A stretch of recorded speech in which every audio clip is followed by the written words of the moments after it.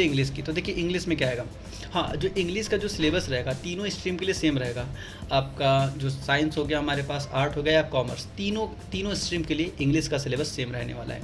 अब इंग्लिश में क्या क्या आएगा, काइंड ऑफ सेंटेंस, सेंटेंस में assertive, imperative, interrogative, exclamatory and optative, ये मतलब तीनों स्ट्रीम के लिए सेम रहने वाला है। टेंस, ऑल टेंस और इसका फॉर्मेशन क्या होता है और यूजेस क्या है, ठीक है, कैसे हम इसको यूज़ करते हैं।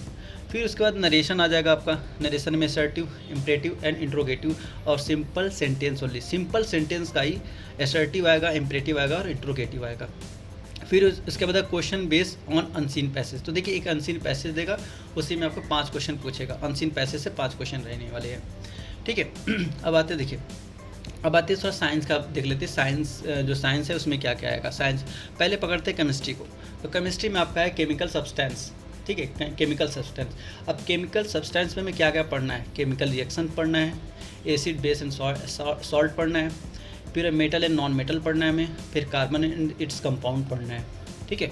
और फिर आगे आपको पीरियोडिक क्लासिफिकेशन ऑफ एलिमेंट, इसके बारे में हमें रीड करना है, ठीक है। और देखिए सर, ये तो मेन टॉपिक हो गया, मेजर टॉपिक। इसके अंदर सब टॉपिक भी देखिए, ये सब क्या है, सब टॉपिक है, आपको इसी सब टॉपिक को ही पढ़ना है, इसके अलावा कुछ भी नहीं पढ़ना है। जो भी क्वेश्चन आएगा सारे इसी में से आएगा।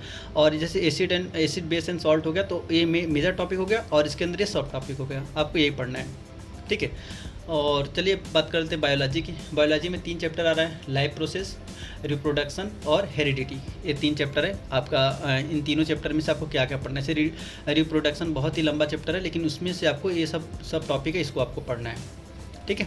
चलिए फिजिक्स की बात कर लेते हैं। तो देखिए फिजिक्स का जो पहला चैप्टर है नेचुरल फेनोमिना, नेचुरल फेनोमिना से आएगा, ये आपका मेजर टॉपिक हो गया, और इसके सब पार्ट ये हो गए, सब टॉपिक ये हो गए, ठीक है। फिर उसके बाद है करंट, इफेक्ट ऑफ करंट, इसके बाद आपका आएगा इफेक्ट ऑफ करंट, ठीक है, ये आपका मेजर टॉपिक हो गया, और इसके सब टॉपिक ये हो गए। फिर आपका है मैग्नेटिक इफेक्ट ऑफ करंट, तो मैग्नेटिक इफेक्ट ऑफ करंट का ये हो गया आपका मेजर टॉपिक, और यहाँ इसका सब टॉपिक, ठीक है। फिर इसके बाद लास्ट जो टॉपिक आपका है एनवायरमेंटल, ठीक है, एनवायरमेंट।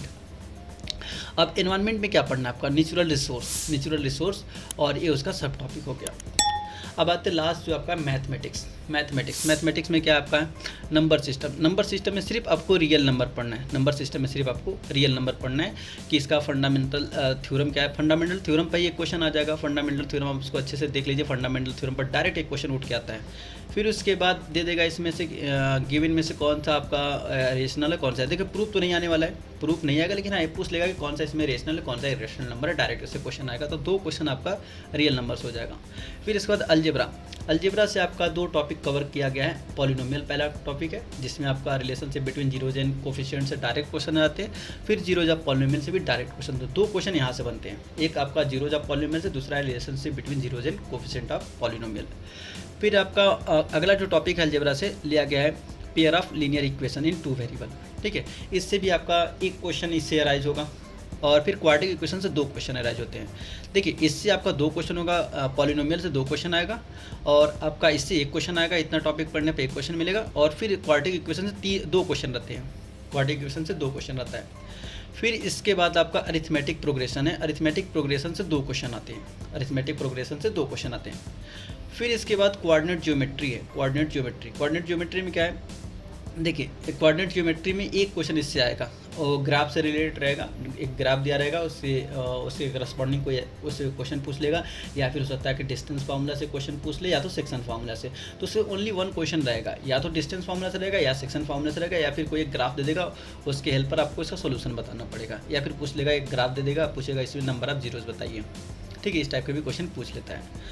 अब देखिए जियोमेट्री में क्या है, जियोमेट्री में आपका ट्रायंगल आ जाएगा, जियोमेट्री में सर्कल के बारे में भी पढ़ना है, सर्कल भी है ट्रायंगल भी दोनों है। तो पहले ट्रायंगल में क्या क्या पढ़ना है, इसका डिफिनेशन पढ़ लीजिए, और इसमें जितने भी आपका थ्योरम है, थ्योरम पढ़ के जाइए, थ्योरम पर डायरेक्ट क्वेश्चन आते हैं, थ्योरम बेस्ड डायरेक्ट क्वेश्चन रहेगा। थ्योरम का स्टेटमेंट याद कर लीजिए, स्टेटमेंट अगर याद है तो आप इजीली इसका आंसर दे सकते हैं। फिर इसके बाद आपका सर्कल है, सर्कल में देखिए सर्कल के जो 2 आपके थ्योरम है 10.1 10.2, वो दोनों का अच्छे से याद कर लीजिए, दोनों पर ही एक क्वेश्चन रहेगा, दोनों के एप्लीकेशन पे एक क्वेश्चन रहेगा। देखिए कंस्ट्रक्शन से तो कोई क्वेश्चन जैसे आता नहीं, कंस्ट्रक्शन से इसमें सिलेबस में दे दिया, लेकिन कंस्ट्रक्शन से कोई क्वेश्चन रहेगा नहीं, ठीक है, कंस्ट्रक्शन से कोई क्वेश्चन नहीं रहता है। अब आइए टिग्नोमेट्री, एक इंपॉर्टेंट टॉपिक है trigonometry, introduction to a trigonometry. इससे आपके 2 क्वेश्चन मिलेंगे, इससे आपके 2 क्वेश्चन मिलने वाले हैं, ठीक है। फिर इसके बाद टिग्नोमेट्री आइडेंटिटी से एक क्वेश्चन रहेगा। तो टोटल जो टिग्नोमेट्री है इससे टोटल 5 क्वेश्चन पूछे जाते हैं इन दोनों से मिला के। तो देखिए 2 क्वेश्चन हो जाएगा इंट्रोडक्शन टू टिग्नोमेट्री, एक क्वेश्चन हो जाएगा टिग्नोमेट्री आइडेंटिटीज, और 2 क्वेश्चन हो जाएगा यहाँ, सॉरी 1 क्वेश्चन हो जाएगा हाइट एंड डिस्टेंस से, angle of elevation, angle of depression से 1 क्वेश्चन। तो टोटल आपको 2 3 सॉरी यहाँ पर 2 क्वेश्चन इससे अराइज होगा। तो 5 क्वेश्चन आपके टिग्नोमेट्री से रहते हैं, 5 क्वेश्चन आपके टिग्नोमेट्री से रहता है। 2 क्वेश्चन आपका इंट्रोडक्शन टू टिग्नोमेट्री हो जाएगा, 1 क्वेश्चन आपका टिग्नोमेट्री आइडेंटिटी से रहेगा, और 2 क्वेश्चन आपका हाइट एंड डिस्टेंस से रहने वाला है। अब देखिए मेंसुरेशन में एरिया रिलेटेड टू सर्कल, इससे आपका 1 क्वेश्चन रहेगा। एरिया रिलेटेड टू सर्कल से 1 क्वेश्चन आता है। सरफेस एरिया एंड वॉल्यूम से 2 क्वेश्चन आता है, सरफेस एरिया एंड वॉल्यूम से 2 क्वेश्चन आता है। स्टैटिक एंड प्रोबेबिलिटी से 1 क्वेश्चन आता है, 1 क्वेश्चन स्टैटिक से रहता है, 1 क्वेश्चन प्रोबेबिलिटी से रहता है, ठीक है। तो ये रहा आपका सिलेबस, इसको आप अच्छे से देख लीजिए। अगर कोई और भी आपका क्वेरी हो तो कमेंट बॉक्स खुला है, वहाँ पर आप हमसे पूछ सकते हैं। और वीडियो आपको इन्फॉर्मेटिव लगी तो प्लीज़ वीडियो को लाइक करना ना भूलें, और वीडियो को लाइक करना ना भूलें। और अगर पहली बार विजिट कर रहे हैं तो चैनल को सब्सक्राइब भी कर लें, और साथ ही साथ बेल आइकन को भी प्रेस कर लीजिए, ताकि जब कभी नया वीडियो अपलोड करूँ आप तक नोटिफिकेशन मिलता रहे।